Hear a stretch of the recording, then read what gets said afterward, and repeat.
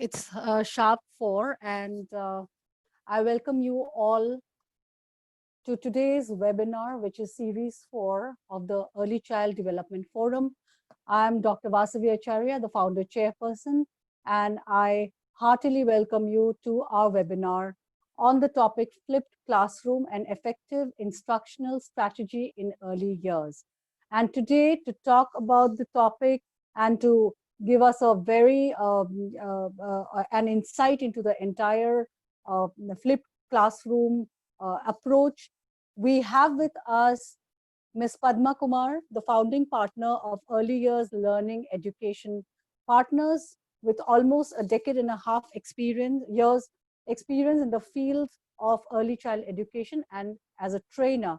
She is based out of Chennai, but is currently in Manchester. A big welcome to you, Ms. Padma Kumar. We are happy to have you here. We have with us Tulika Samal with more than a decade-long experience in ECE. She is experienced in defining and implementing policies for educational programs and is the co-founder of Eddoxa. And she is joining us all the way from Bhubaneswar. Welcome, Tulika. And we have with us Meenakshi Minocha, an early years practitioner at Pathway School, Noida. She is a Microsoft and Apple certified teacher and an avid YouTuber working for toddler support through her channel, Let's Sing Along. Hello. She's joining us from Delhi. Hi, Meenakshi. And we have with us Yashvi Vira, founder Octo-Unique, child-safe interactive learning aid. And she's joining us from Mumbai. So glad to have you all in this platform.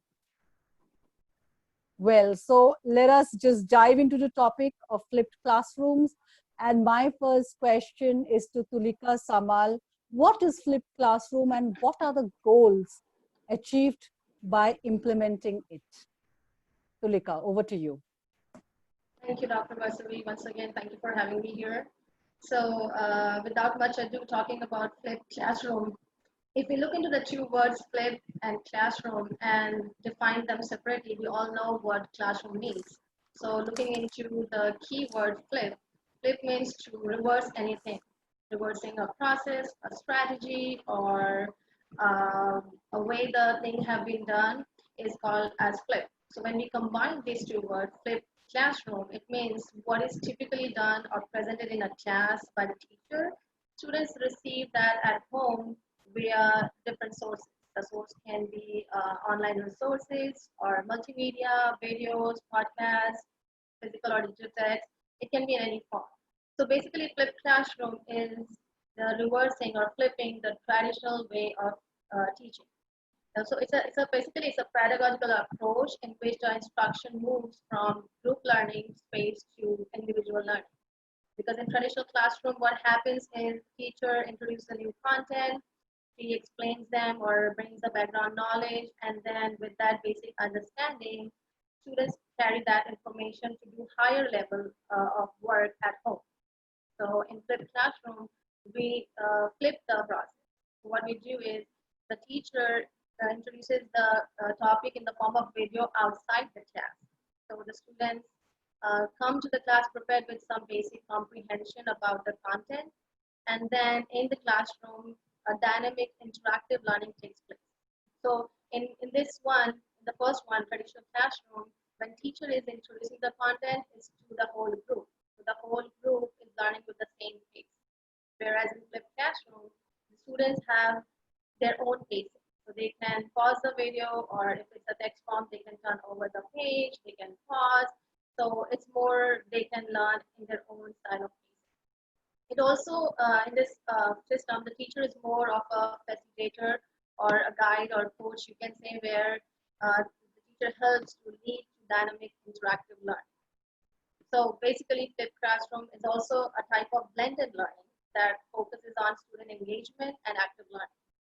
Student engagement is something where students interact with each other, engaging in a meaningful conversation. The conversation really has to be meaningful, digging deeper into the content, and that's where active learning takes place. So that also gives teacher an opportunity to deal with students' difficulty with different levels of students. we all know that not all students are same. Like there has to be individualized instruction for each student. So in this approach, the teacher gets an opportunity to differentiate the learning preferences. So when I say different learning preferences, some students get the concept pretty quick using videos, or some students need some visuals, some need some more in-depth research on the content. So in flipped classroom approach, students get that they get their own style of learning. So this way, it moves activities that rather may have been in the home as a homework into the classroom. So when I say the activities move into the classroom, instead of assigning projects and presentations to the students outside the classroom, it brings that into the classroom. So now the students are doing that higher level work in the classroom with the systems of the teacher. So flipped classroom is not just flipping the traditional classroom, but also flipping the central focus. So the central focus in flipped classroom shifts from teacher-centered to student-centered. So in traditional classroom, teacher is the leader, or she's the sole or primary disseminator of the information, and students are merely grasping and trying to process with the same pace. But in flipped classroom, the approach is more student-centered. So when I say student-centered, it's more into learner-centered model, where class time is used to explore the content in greater depth and to create a meaningful information that comes out of the student. It's not that the teacher gives all the information. Students go into group discussions or debate or speech, whatever their style of learning is, and they develop or create their own understanding. So that also kind of connects to the Bloom's taxonomy, where the lower level of information in traditional classroom, the lower level of thinking happens in the classroom, and higher level, which is application, evaluation, happens outside the classroom. In flipped classroom, the students come with that lower level understanding from home by watching the videos or reading the text or article, and then they apply that knowledge into the classroom. So basically, higher level of learning is happening in the classroom. So that's another factor that flipped classroom makes learning more meaningful and engaging. So we say that it's not merely flipping, but also opening up the time and transforming it into hands-on activity, differentiated instruction, personalized learning experiences based on each student's interest. So more class time is spent on higher order thinking skills, such as teacher can do problem-based learning in the classroom, or teacher can have students do some research project, or they can even do simple current event discussion based on what they look into the news or newspaper. So we see how the students are digging deep into the content rather than just processing basic level. So the word flip in itself defines or explains the true meaning of flipped classroom. So the word FLIP, each letter kind of connects with what flipped classroom is. So the first letter F means flexible environment.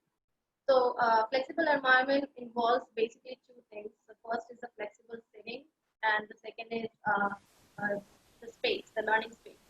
So when you create a flexible environment, what it means to the student is they have their own style of learning, and they have more collaboration time. Because if they want to collaborate with one group, they have a specific sitting where they collaborate, they get a better understanding or deeper understanding of the content, and it also allows them to reflect on their learning.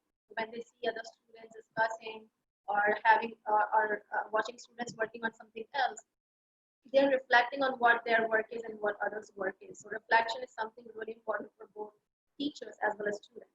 And also it gives them an opportunity to make it student-led learning.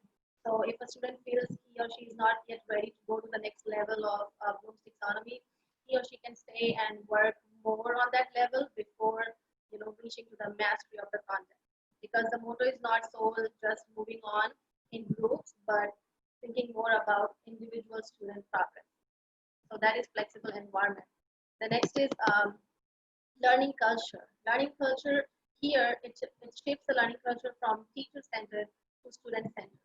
So students guide their own pace, their own style of learning, An instructor plays the role of guide on the side. So basically, the role of instructor here is to observe and monitor the students, and students are guiding their own pace of learning. So they are developing their own learning and they are developing their own information about the content. So, and also another thing is that in this learning environment, students come prepared because the video or the article or the text have already been shared outside the class. So students come more prepared for their own learning. So students get opportunity for engaging themselves in the activity without teacher being the center of the class. I stand for intentional content. So flipped classroom is not just creating video and sending it to the students and the students watch and that's it. It's more than just creating video or articles. It is intentionally preparing to understand what the teacher needs to achieve or what the teacher needs to teach the students, as well as what material should students be allowed to handle on their own. There may be some situations or some strategies where teacher intervention is required. So that needs a lot of planning, and that planning needs to be intentional. And also, the activities have to be scaffolded and made accessible to all the students. If the activity is again for the whole group, then it is not flipped classroom. It has to be made accessible based on differentiation of the students, their requirement, their need, and it is all on depending on their continuous feedback. Students need continuous feedback so as to improve, keep on improving. And last letter P is basically professional educator. Everything, all this approach needs a professional educator. No matter the center is the student, but it is equally, the educator equally plays an important role here because a teacher has to be available to all the students on a one-on-one basis or group and teacher or class feedback in real time. The feedback really needs to be in real time so that the students are progressing and improving right in the classroom and not going home with confused mindset where they don't know what they did or they have all those questions for their parents, which again could not be handled in a way a teacher handles. So to conduct, the teacher also has to conduct an ongoing assessment. So that way, if there is anything not working fine, what could be the right way or what could be the guidance or pathway given to the students, so that way they fix it and work towards the goal.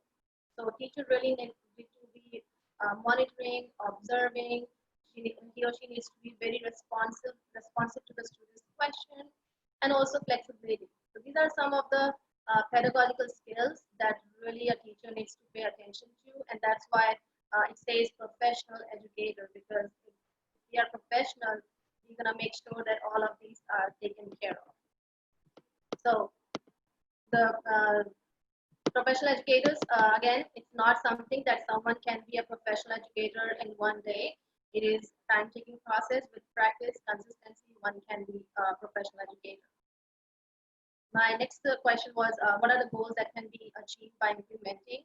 So the major, to summarize the things that really make difference or the goals that really help by implementing are, the first goal is to shift the teacher-centered scenario to student-centered.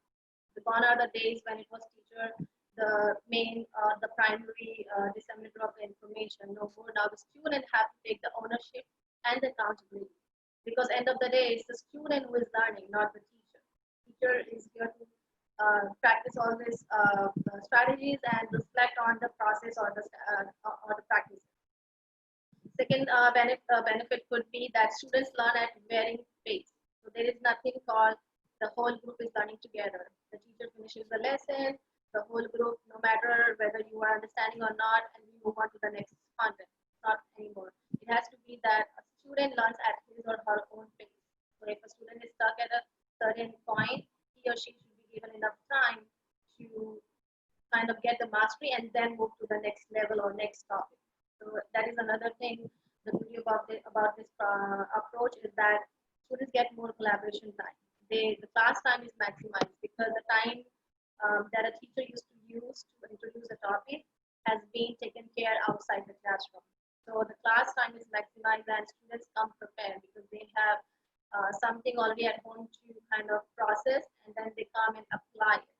So the application and then analysis, this higher level of learning takes place in the classroom. Another goal is that the classroom or the instruction becomes highly differentiated and personalized. So when teacher plans it, the teacher keeps in mind the data that has been collected based on the observation and the formative assessment, and the teacher very well knows what learning is taking place with what student. So the teacher knows if a particular student is ready to go to the next level, or if a particular student still needs to practice at a certain level. So Bloom's taxonomy is taken care, and most importantly, the student-to-student interaction increases. In flipped classroom, there is less teacher lecturing, but more student-to-student, or you can say peer discussion taking place, which is again the real-world thing that when students pass out from the schools or college, they really need to have that skill where they are able to express themselves, and it is only going to happen if they practice that in the school or colleges or during their learning process. Subject matter content becomes richer because students have been exposed to multiple resources of the content. They are not only sticking to a textbook or just a teacher lecture, but there are multiple resources that have been provided to them, and they are practicing on based on their style of learning.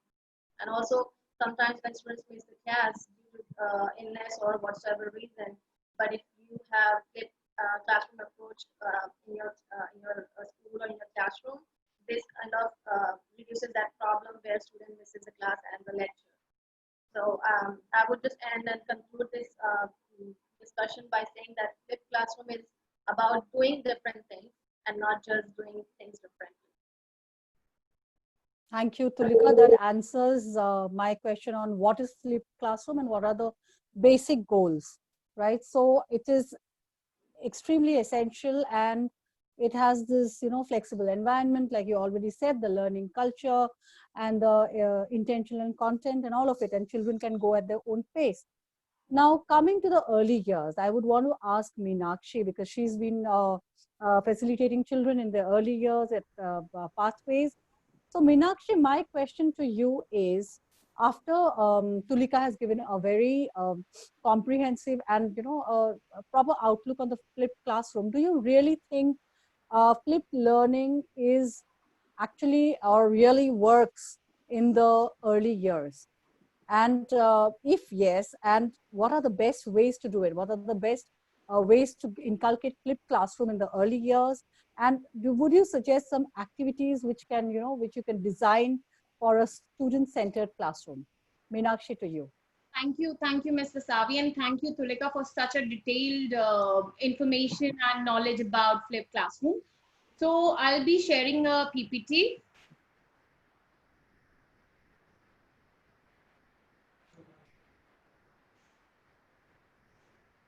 Everybody can see my screen?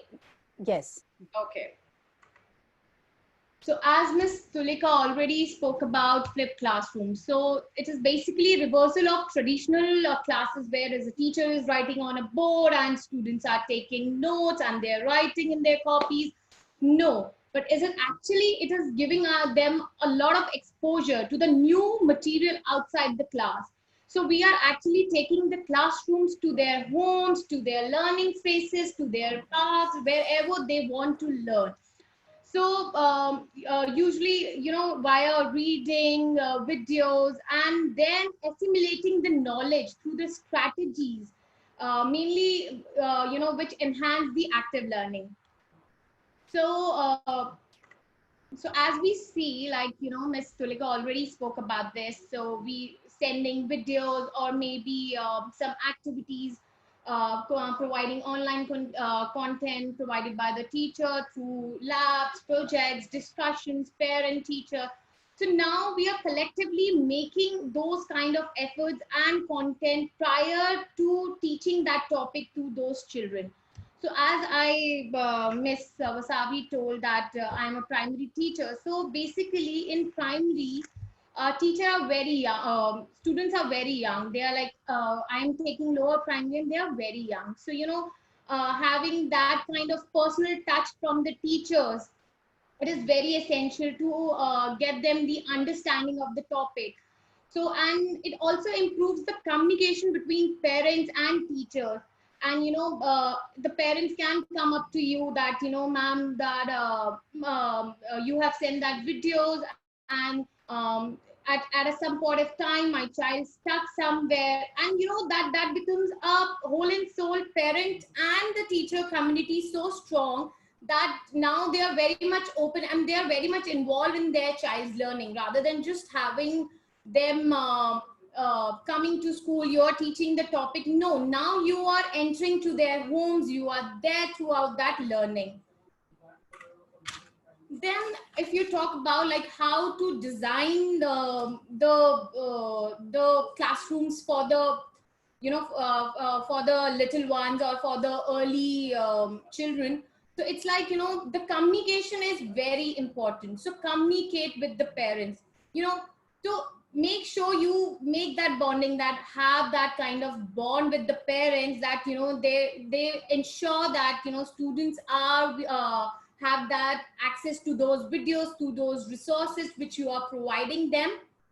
Plus tell them the highlight and the benefits of the video, that the or the content, that the children are now more able to understand the new ways of doing and supporting the learning.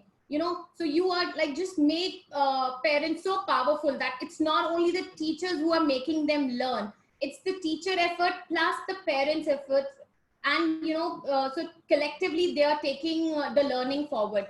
Secondly, when you're designing any kind of flipped classroom, make it very small and make the content very child appropriate and very effective. Always choose a topic when you are very much confident about. Like if you're teaching them math or language, just be sure, like, and make the content as per the child and be it very crisp. So never lag it and lag it and lag it. Just make it to the point. Whatever you want to make them learn. Maybe if I talk about toddlers, or I just want them to just dip their hand in the water, so make the content just like that, and instructions to the point that I just want them to dip their hand, nothing else, nothing more.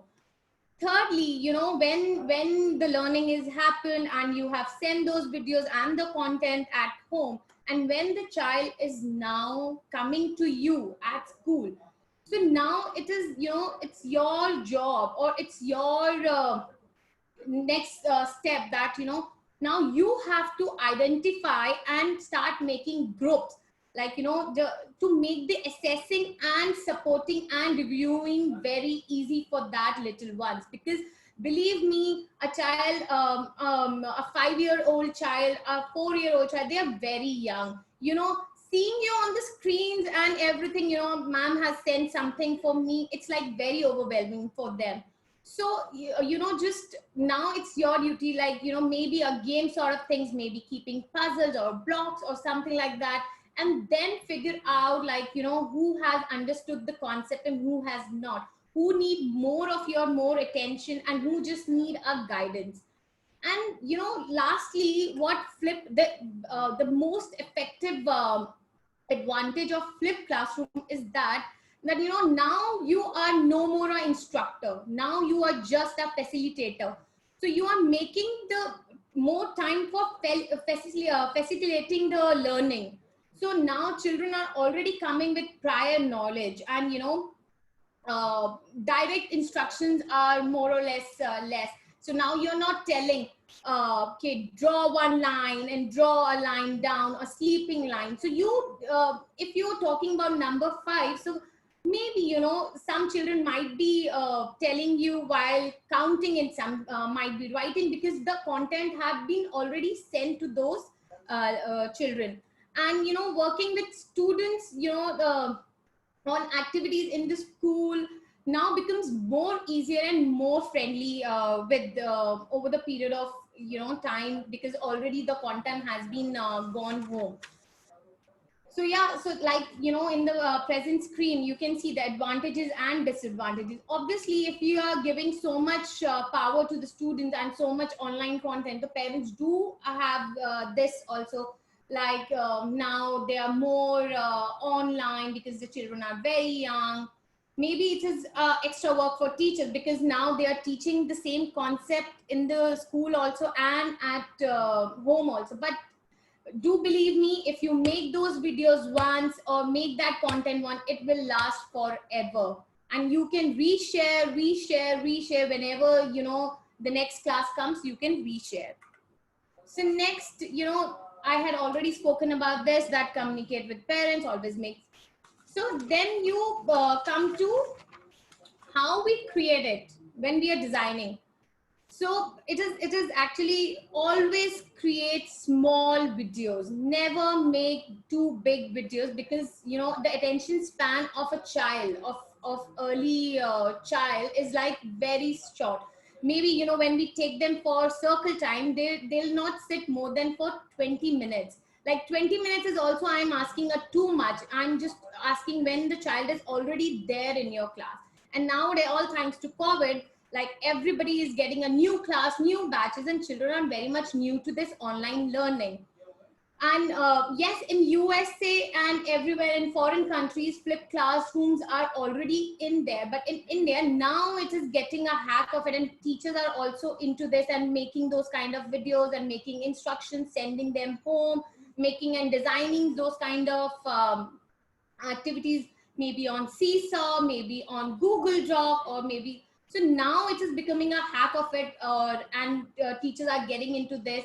So always make, you know, those videos very short, maybe a 3 minute video or maybe a 2 minute, and do make those content like very much short and crisp. Never elaborate your whatever you are wanted them to know, or whatever you are telling them, or asking parents. Even you, if you're asking parents, you know, a bowl of a jug, to be specific with your instructions. So, and always second point is that begin the class with concepts and review and questionings. So always remember, you know, when you are planning a lesson, so always in back of your mind, have those kind of answers with you ready, or questions with you ready. So what are the strategies you are going to use, or what are the questions you're gonna ask them? Supposedly, if I'm asking or telling them just I'm asking to write them a number 5, so how I'm gonna create that video, or how I'm gonna introduce number 5 to them? So maybe I'm showing a video of myself and saying, oh, I have how many fingers in my hand, and let's count with me. 1, 2, 3, 4, 5. And oh, do you want to count it with me too? So let's count along. Or maybe then keep some toys, or maybe and simultaneously keep on counting number 5, maybe showing some blocks, maybe showing colors.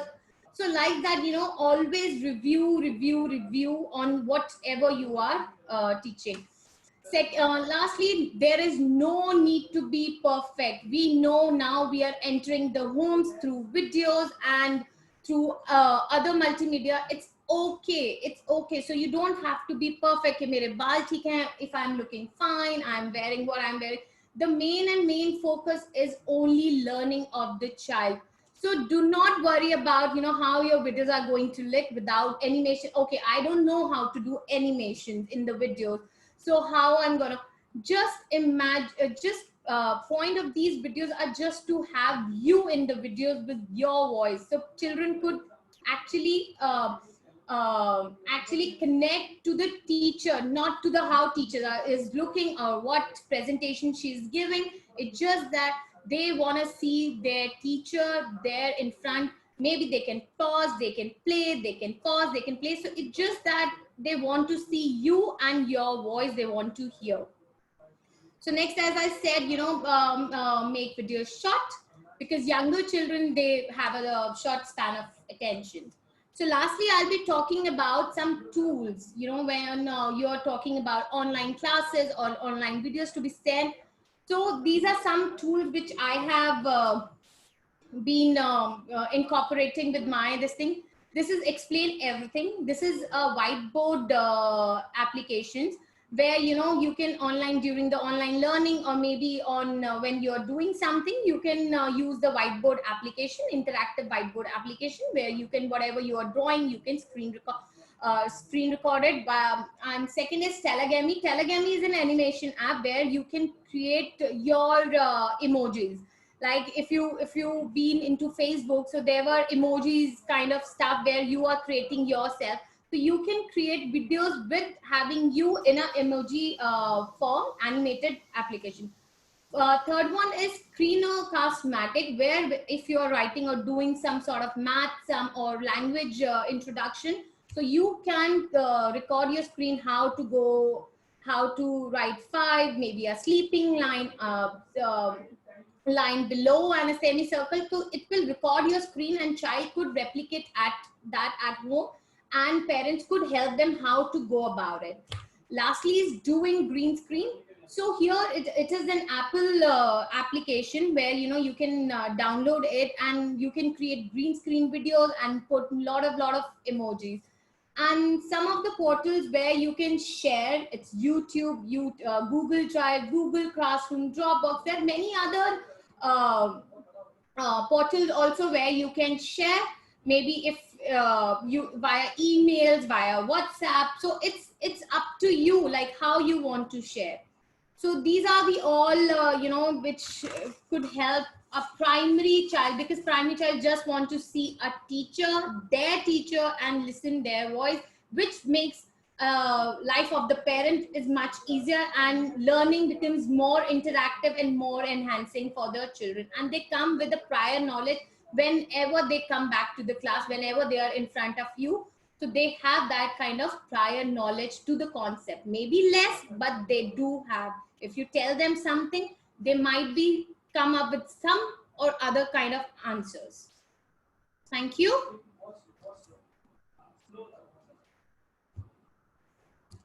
Thank you so much, Meenakshi. That explains very well the structure of a flipped classroom and what activities can be given and what are the best ways to design those activities. And now let us hear from Miss Padma. She's been working in the early years, domain for a very long time, and she's been hands-on in it, working, with the students all this while. Miss Padma, you must have had a lot of experience. So would you want to share, number one, how you have applied flipped classroom approach, because you said that you've been applying it since some time back. So how have you applied it, and what are the basic, benefits you see out of it? We already discussed a few benefits, but then everybody has their own take on it, because Sure. we all see it from our own angles, right? Yes, Ms. Padma, I want to hear from you the application, how you've applied and what Sure. has happened, all of. Sure. Thank you, Vasavvi, for having me here. It's a very important topic, and I'm so glad that you've picked this up and you have, chosen me as one of the speakers here. It's a privilege to be here. Thank you, ECDF team. Adding on to what very beautifully both Tulika and Meenakshi have explained about, what is a flipped classroom and all of that. If I may just share my screen, please, so that I can give you a quick understanding of. So is my screen visible to you all? Yes, it is. Yes, it is. All right. So as Tulika and Meenakshi very eloquently put, flipped classroom is basically nothing but an inverted classroom where, what is being done traditionally all this while is, in class, there is a certain instruction mode where there is a teacher who's giving a set of instructions as to what the child should do and what should be the learning and, memorizing and all of that. And there is a home environment where the child is given certain material to kind of cope with or learn further or create more understanding, plug the gaps in learning and, understand it better and fluency and all of that. Now, typically in a flipped classroom, these roles are flipped.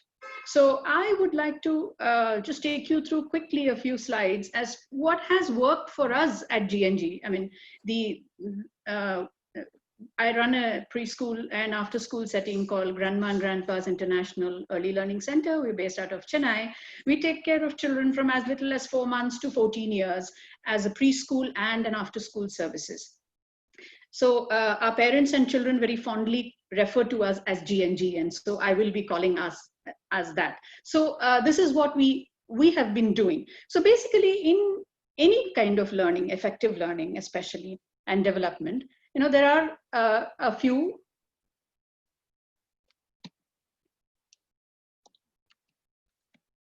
I'm trying to see how to make this work, sorry.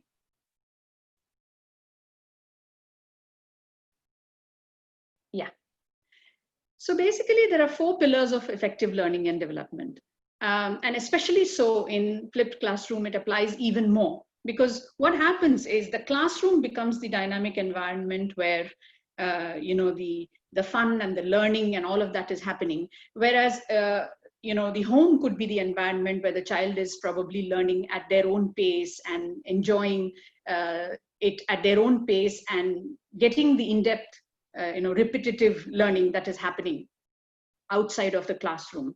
So for effective learning and development to happen, what is required is an enabling environment, a reflective practice, parents as partners, because this becomes very important when you have a flipped classroom, as in older children can, of course, you can give them a set of instructions to do at home and they can probably do it at home. But in our segment of early years, it becomes very important that we take in parents into the fold and collaborate with them so that they are, the child is the ultimate benefactor of the whole thing. And the 4th pillar of an effective learning and development environment is trained practitioners. So it becomes very important. And I will quickly take you through how each of this matters in this. So enabling environment is one where, every child matters. Simple as that, where the child is the center of everything. One has to keep in mind that every child is a unique learner. Every child learns at his or her own pace, and they learn differently, and every learning is important, and they thrive on positive relationships. So it's very important to create an environment where there is, the child is at the center of the universe, pretty much. And the emphasis has to be more on the child and the learning rather than the teacher and the teaching. As the 2 ladies ahead of me said that, in a traditional classroom, that's how it is. It is about the teacher wanting to give a one-way instruction, giving a set of instructions, or learn this, ABCD, 1, 2, 3, whatever, animals, numbers. And it's all about, oh my God, I have a syllabus or I have a curriculum and I have to finish it, in this time frame, and the children have to move on. Otherwise, what will, my management say, what will I say, or what do parents say? We are held accountable in so many ways. But for once, we have to actually stop and think that, is the child really enjoying and learning through this process? So the emphasis has to be on the child. And a child is a human being. The child is able to express. The child has their own will. And the child has their own liking. So it has to be tailored for the child to enjoy and understand. And what happens is, therefore, at GNG, we call ourselves mentors and not teachers. So we want to make that distinction every day when we are even referring to each other.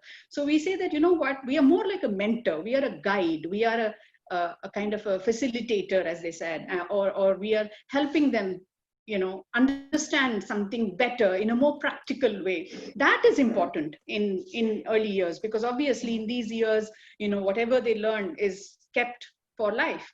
So presenting a concept in a variety of ways, this is where the creativity of the mentors, they have an opportunity.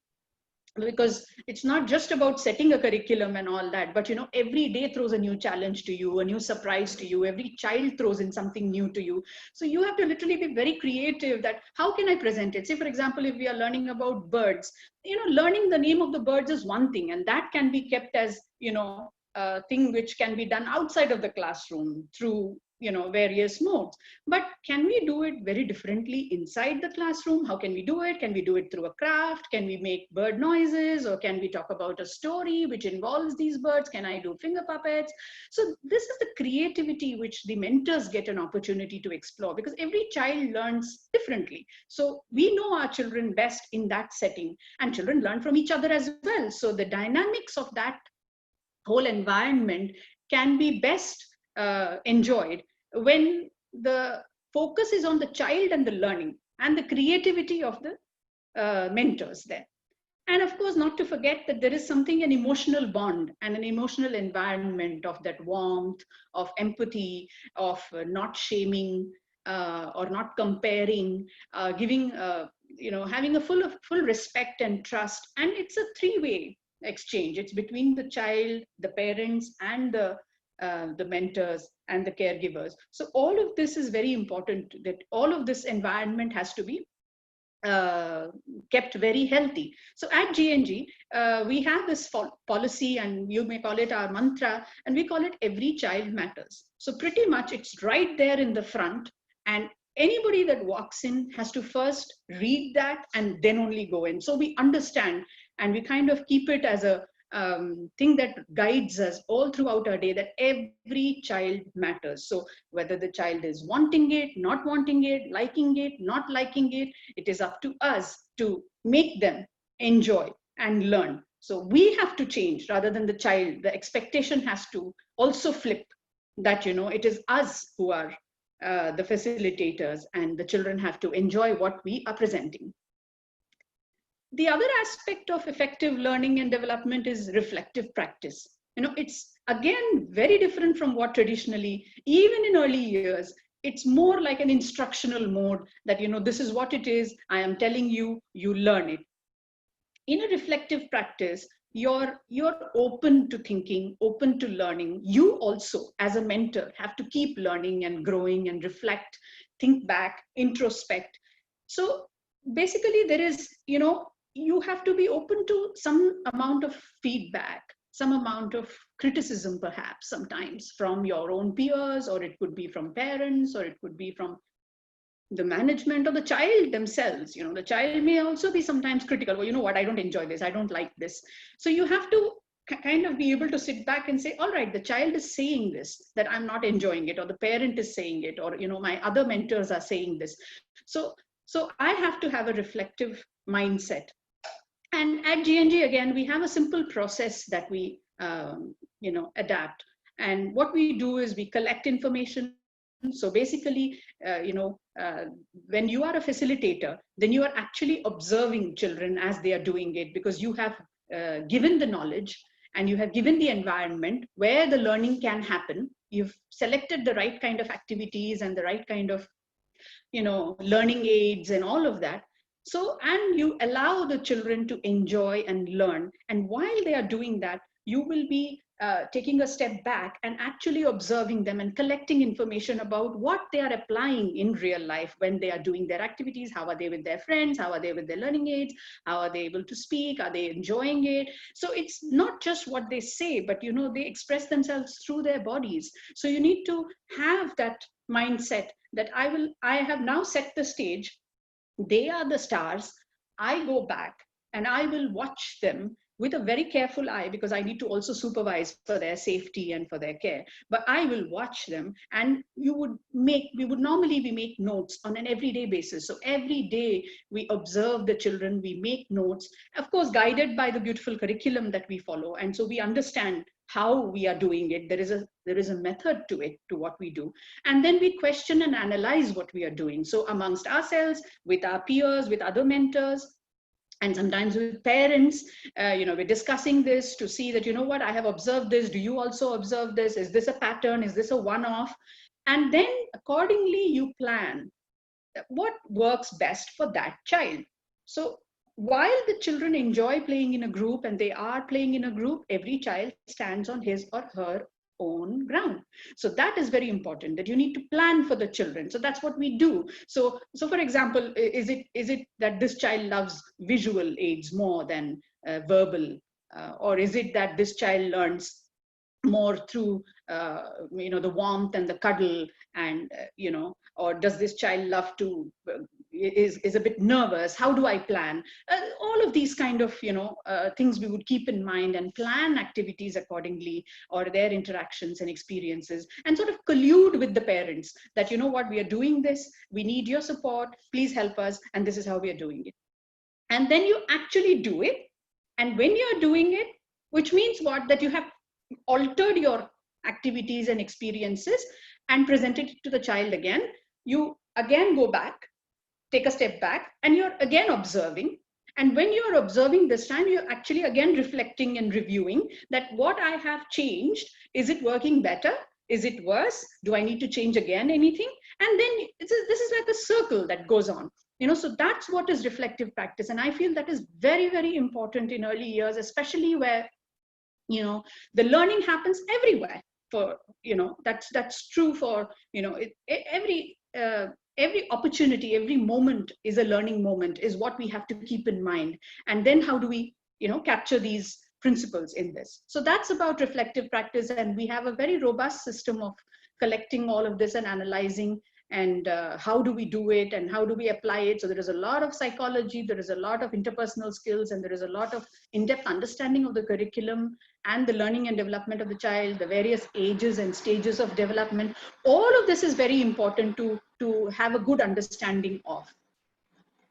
The next most important pillar of effective learning and development is that your parents have to be your partners in this, because obviously we cannot forget that they are the first and the most enduring educators for any child.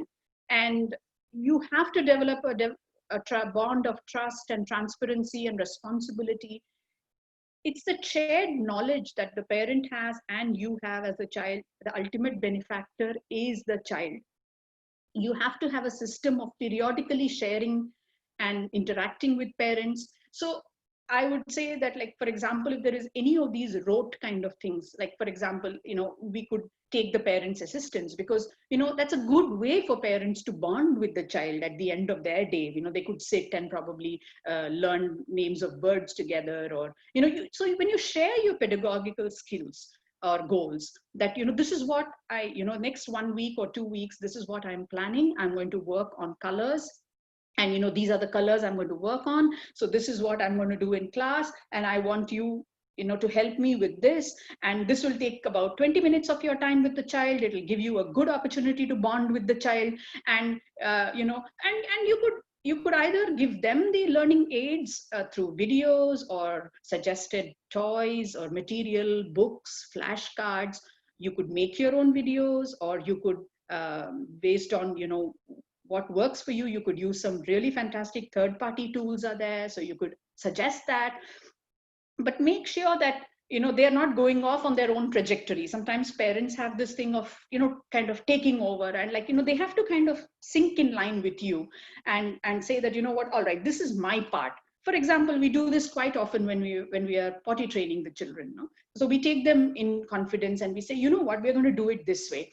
So this is how we do it. This is the part you are going to play. This is the part we are going to play. Ultimately, the child will be potty trained in about a week or 10 days with absolutely no psychological barriers to it. So this is one way of, you have to have that thing of trust, and you have to share. And again, as I said, at GNG, we have various ways in which we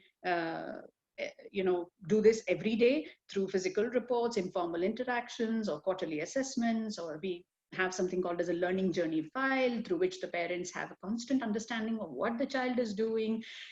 We have a beautiful settling in period. So this develops a bond and a trust. And when the parent and the caretaker and the educator has this bond, the child thrives on this, because children love those positive vibes and they can feed off it, and it will ultimately be a very happy situation to be in.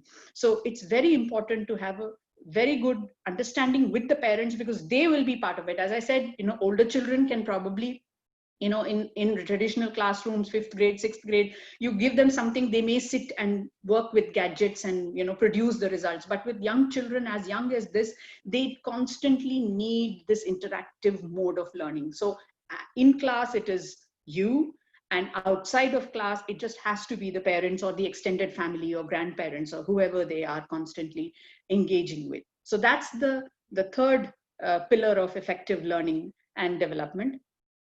And the fourth, the pillar, of course, the trained practitioners, who I call them the spine. If the children are the lifeblood of any setting, then the educators or the practitioners are the spine that hold it all together. And the stronger the spine, the healthier will be your environment and your setting and all of that. Because it takes a lot of training and skill to be able to run this model of learning and development, because you have to have a lot more understanding here. Not only are you, you're not just reeling off, you have to use your creativity, you have to think on your feet, and you have to interact with parents who could be critical of what you are doing. So you really have to know your subject knowledge. You have to be able to accept constructive criticism from your own other mentors, or could be your management or whatever. So it is very important that you have the proper training and skill to be able to develop a curriculum, or even give them the experiences of every day. And a confident and trained workforce, of course, not only provides good learning outcomes, but it also assures parents, that all right, these people know what they are doing. They have a certain methodology, training, certain standard operating procedures, and all of that.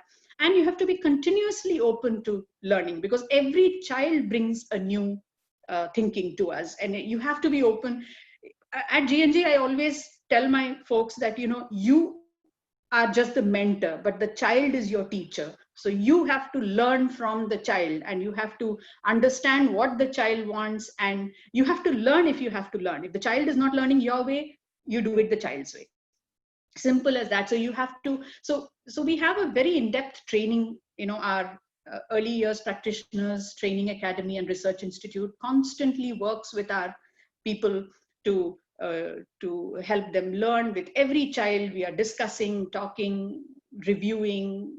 So it's very important to be a lifelong learner yourself first, and only then you can hope that you can expect the same from the children that you are caring for, and for parents to have that respect for you.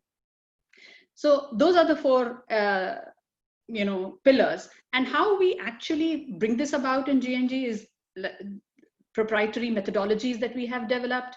For preschools, called the G&G Learning and Assessment Methodology, and for after schools, it's the Recreational Enrichment and Learning Methodology for students. So it's a comprehensive one which has international standards in it with Indian values. So a lot of vibrant environment. So all our mentors and parents also are familiarized with these concepts of how we go about it, and that we have a robust methodology that backs us up on all of this. Quickly take you through I can honestly see only pros and pros and pros for this, but yeah, if I had to search for them, then I have a few cons for this. So all I say is that this sort of a methodology has been working for us for more than a decade, and all of these concepts we have been applying. And so therefore what happens is the classroom becomes a fun place. If you ask any of our children, they say, I want to go to G&G because it's a fun place. Because that's what you have to do. You have to ultimately make them want to come to your environment. And when they are in, then it's all these fun things that you can do with them to help them understand the concepts deeper and more fluently. At home with parents, they can revisit those concepts at their own pace, however many times they want, because you've already given them all the tools for that. And the educator then can finally be what they are truly meant to be, which is a mentor and a facilitator and not an instructor. And families will be with you in the journey rather than, two sides of the table. We are all on the same side of the table and for the child. The only negatives that I can think of, which honestly are not really negatives and they can be turned into positives, is that if a parent or family doesn't have the time to spend time with their child, for that important bit which they have to do, but that's your way of appealing to them. You've brought this child into this world, you should be spending some time with them every day. The best way to do it is this, and I'm giving you a template where you can actually interact with your child, so do it please. And child does not have access to the tools or the technology or whatever, but honestly in early years tools and technology. More than that, it's more the interpersonal interactions. So you have to, probably give them non-technological tools and whatever to help them learn. And if that is the case, then increase the con of increased screen time is anyway not there. So I would say that it's a fantastic model to work with. It has worked for us. It has worked with us for our children, and it will be. It's the way learning should happen across ages. Yeah. So thank you very much for listening in. And if you have any questions or you want to reach out to me for any further details as how we do it or what we do it and how do we train, whatever, I'm happy to answer your questions now or probably even offline. So thank you for listening in. That's my bit. Thank you, Padma. That has been a very elaborate explanation on how we need to plan, strategize, learn, keep learning, and relearning new things, and also kind of look into what we are doing and how best we can go about it. And I think there is no one way to do it. We always need to keep upgrading. We always need to keep changing, and we always need to also learn from each other and probably get it the best, right? So now coming to Yashvi, Vira. See, we are already in a pandemic situation, and now we do not have the one-to-one classes because schools are off, and now schools would not be opening for quite some time, and more so for the early years. I think the schools won't start. So we are completely on a remote learning mode now. It's not even a flipped; it's completely online. So, Yashvi, my question to you is: how can schools incorporate? They're already incorporating, but during this pandemic time, what are the best ways of going about it? And I think this is going to continue in the post-COVID time. So would you want to throw some light on it?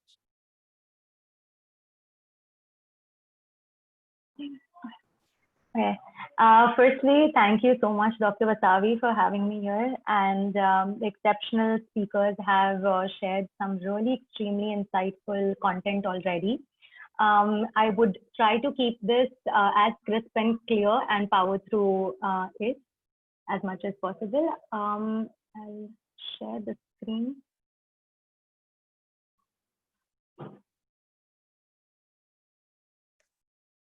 Is everyone able to view the screen? Yes. Okay, great. So hi, I'm Yashvi, founder of Octo, the unique child-safe educational interactive teaching aids and toys for kids aged 6 months to 6 years. When we spoke about how are we going to be incorporating flipped learning in the classroom, right? The one answer is there's no one recipe, as Dr. Vasavvi also just said, that every unique pedagogical framework. So it can be designed and planned as per the instructor or the educational goal that needs to be conveyed. Now, I really like this image that explains in the most clear way how the flipped classroom exactly works. And we can see that there are before, during, and after. So in the before, we see in the informative the way the child is sort of seeing the video and is gaining what technically he would be gaining in the in-classroom lesson can be explained before the classroom, right? The during, we see a very clean infographic over here where we see two peers interacting, and at the same time there's an active participation of the instructor and the active participation of the students as well together. And in the after, we see that how there is, you can reflect on how instructors can also sort of connect with the parents and sort of reflect and evaluate, or the student can sort of expand on what's already been taught in class. Now, if I have to talk about something, I've chalked out a very simple way about how can teachers and schools integrate the flipped learning lessons as an instructor. So first is the planning. This is the foremost important thing. Here, the instructor can outline the key concepts or the learning objectives that you want to bring forward, and sort of plan what exactly you need to convey during that time during that day. And the second is recording and sharing. But what are you going to record and share? The matter that otherwise in traditional teaching you would talk in class in front of the students, you sort of record it. Or if you don't want to record it yourself, you can also use the existing tools whereby the content that encompasses all the key elements that you are trying to get across during that day, the concept that you're trying to get across, is sort of summarizing it and putting it in a video and sharing it with students. This is the pre-class part of it. So during class is where interactive learning or the collaborative learning needs to happen. And this gives opportunity to the kids for exploring and sort of discovering the in-class during the in-class activities, which can be done during group with the help of group activities or with the help of activities that are engaging and keeping the students interacted all the time. The last is the summarizing on what has already been done, sort of evaluating on the activities and the outcome from the instructor's perspective, and then letting the students sort of reflect on them. And also in turn, what this does is it also, the instructor can also get in touch with the parent, and the parent involvement can happen at this stage, which is the post class. Now here we see the pre-class is sort of at an individual level.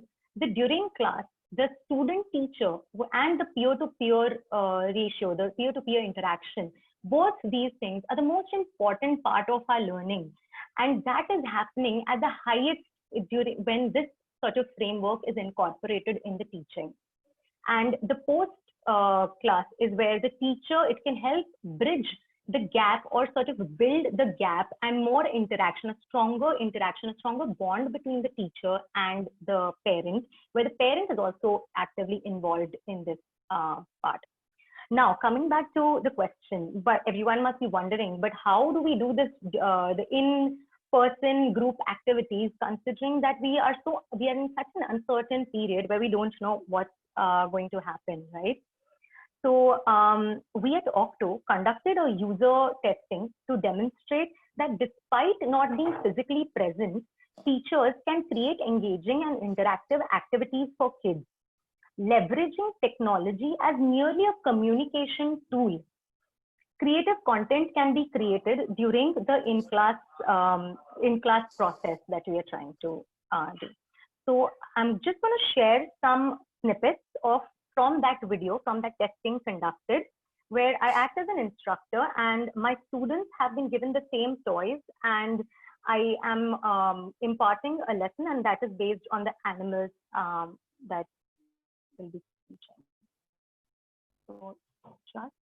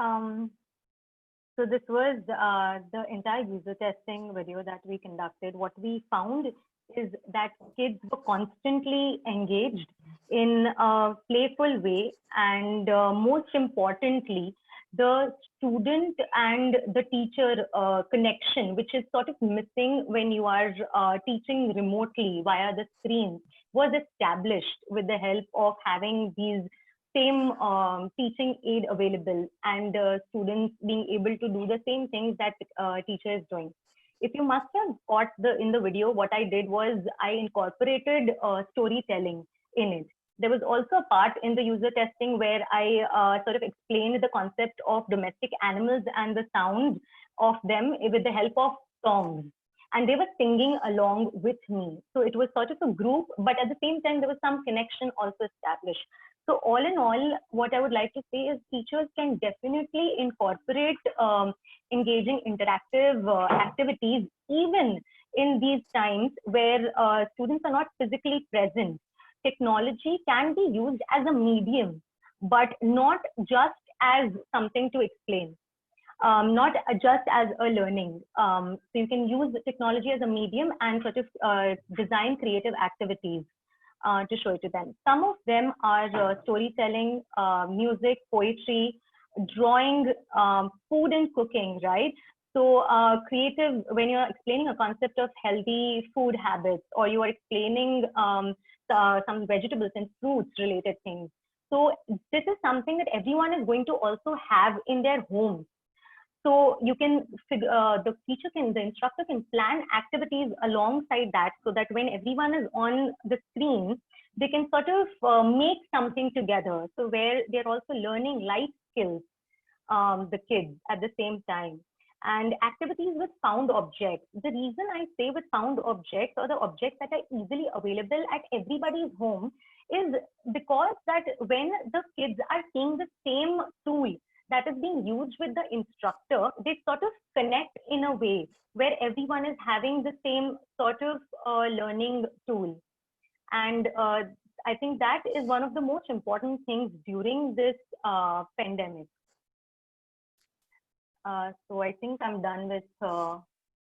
Absolutely, Yashvi. This, the screen that you shared and which showed this interaction is actually kind of an eye opener, because so many times, so many of our audience may not be using flipped classroom approach, and maybe, just jumped into it because of this pandemic, we suddenly got into this whole online learning mode. So it kind of, clarifies basically how a child can interactively learn, and whereas when the teacher is in another place and the child is in another place. So this remote learning actually works, and flipped classrooms, the one-to-one and the online, it actually, I think, works too good. And that is here to stay, because even after the pandemic, nobody is going to do away with online learning. Nobody is going to do away with blended learning, the flipped classroom method. And I think by talking about these topics, by bringing this out, to the table, helps everybody to have an insight and probably use them, in their own schools and in their own organizations, so that, and then again, I would say it's experimental. Whatever works for somebody may not work from some other for some other child. So we always keep having a good blend of the entire thing. So it was really lovely to have you all. But before I conclude, I would want to announce one of our upcoming courses. ECDF keeps giving the one-day courses, and this time on 27th, we have Dr. Sue Allingham joining us from UK, and she would be delivering a course on the topic observation, planning and assessment, key components of an ECE program. And to know all about the course, you may just log into our Facebook page, ECD Forum, or our Insta page, ECD_forum, and you'll get all the information. You may also write to us, and we will be glad to share the information. The registration for this course is going on. It's going to be for 90 minutes. It's going to be a 90-minute long course, and it's and she would be talking about the key highlights which are already there in the creative, and we have put it up already in our videos, etc. of the course. Thank you, Darpan, for sharing the screen. And yes, we are almost at the end of the discussion, and I think there are no questions so elaborately and so beautifully explained that there leaves no room for questions, actually, to tell you truly. And I thank all of you for being here today, Ms. Padma, Meenakshi, Tulika, and Yashvi. It was really lovely to have you guys. And I think a lot of our viewers who is already viewing us also on the FB platform would get a fair idea about everything that has to do with flipped classroom. And with this, we wind up this today's webinar, and we'll come up with our next in the series, which is ECDF webinar series 4. Thanks a lot. Thanks to all the participants for being here. Thank you, Mira, for calling this session an informative one. And yes, looking forward to having you all again. Bye-bye. Bye-bye. Thank you. Bye.